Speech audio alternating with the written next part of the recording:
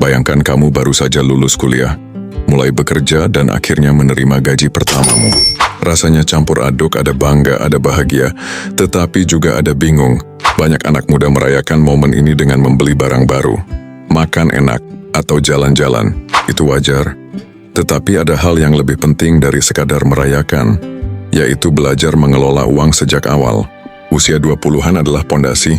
Jika pondasimu kokoh, hidup ke depan akan lebih ringan. Jika lalai, beban akan semakin berat ketika umur bertambah.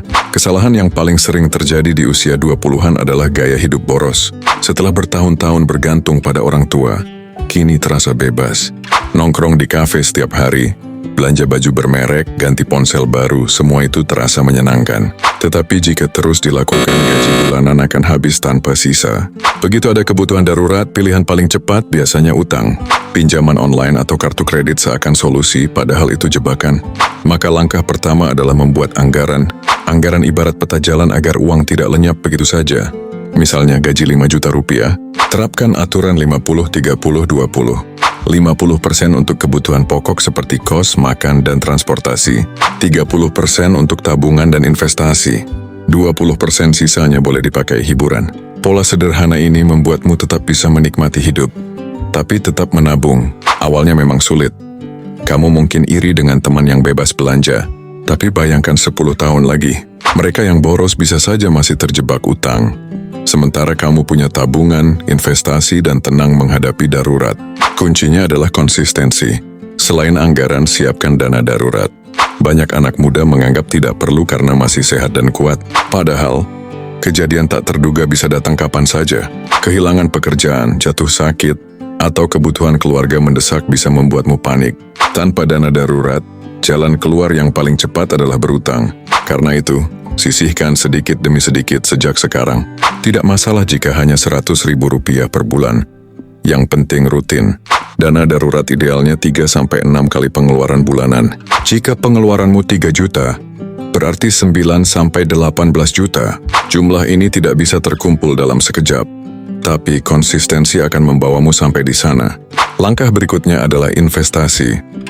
Banyak orang takut karena merasa rumit, padahal ada cara sederhana, misalnya reksadana pasar uang atau emas.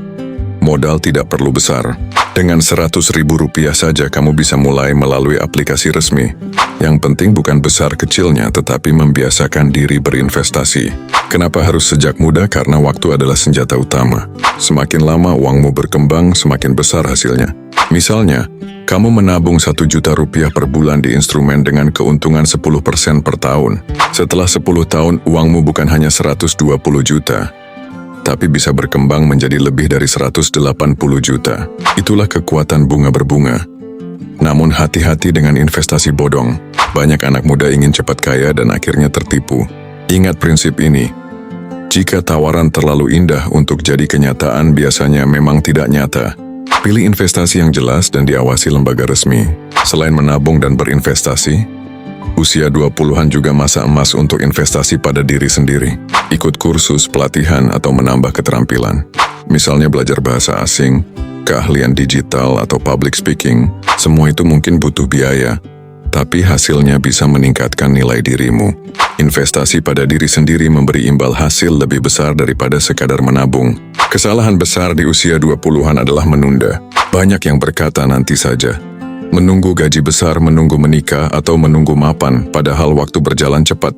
Tiba-tiba usia 30-an datang dengan kebutuhan lebih besar, dan penyesalan pun muncul. Karena itu, jika kamu masih di usia 20-an, mulailah sekarang. Buat anggaran, sisihkan dana darurat, mulai berinvestasi, hindari utang konsumtif, dan tingkatkan keterampilan. Mungkin terasa berat, tetapi beberapa tahun ke depan kamu akan bersyukur sudah memulai lebih awal. Memasuki usia 30-an, tantangan keuangan berubah.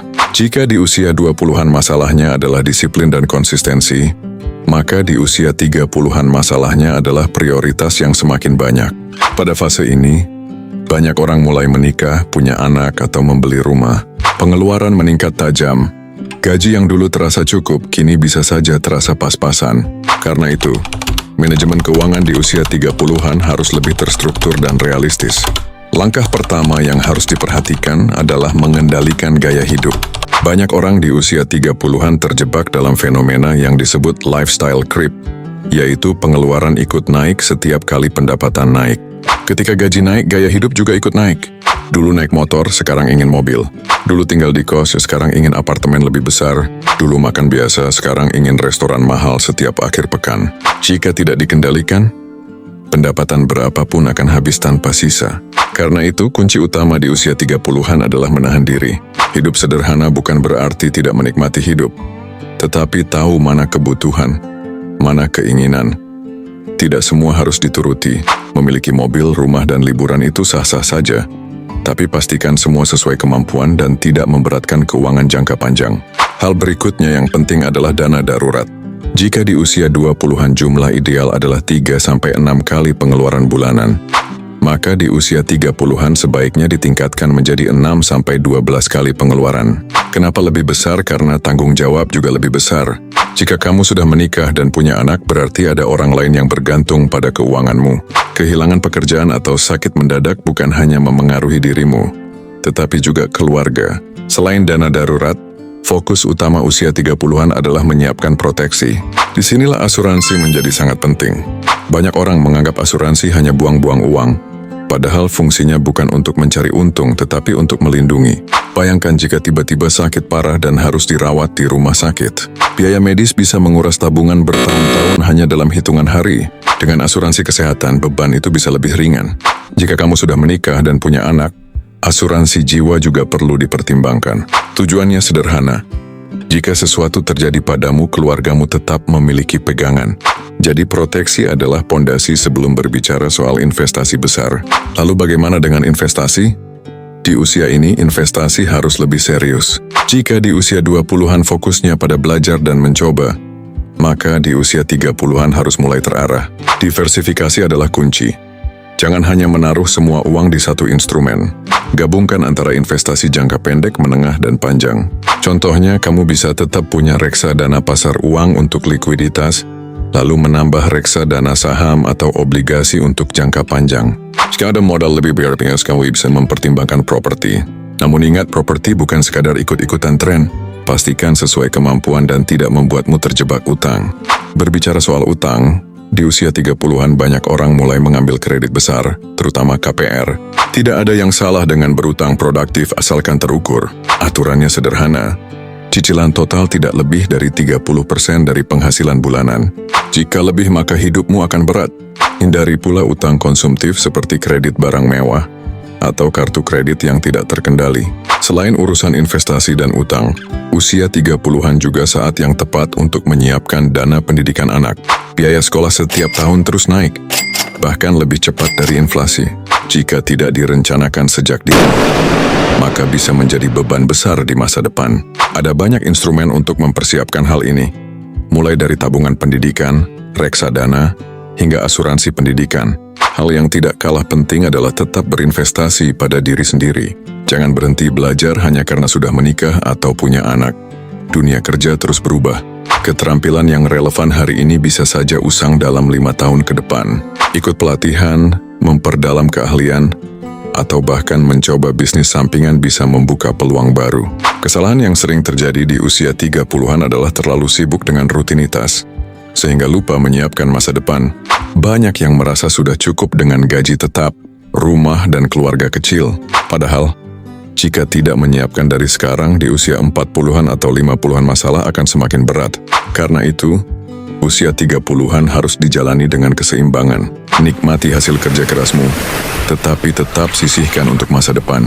Atur prioritas, siapkan proteksi, hindari utang berlebihan, dan tetap tingkatkan keterampilan. Jika langkah-langkah ini dijalankan dengan konsisten, masa depan keuangan akan lebih aman dan stabil. Memasuki usia 40-an, banyak orang merasa sudah berada di titik stabil. Karir lebih mapan, gaji meningkat, dan sebagian aset seperti rumah atau kendaraan sudah dimiliki. Tetapi kenyataannya, stabil bukan berarti aman sepenuhnya.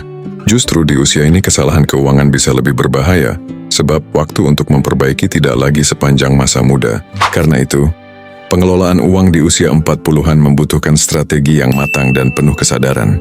Langkah utama yang harus dipastikan adalah pondasi keuangan.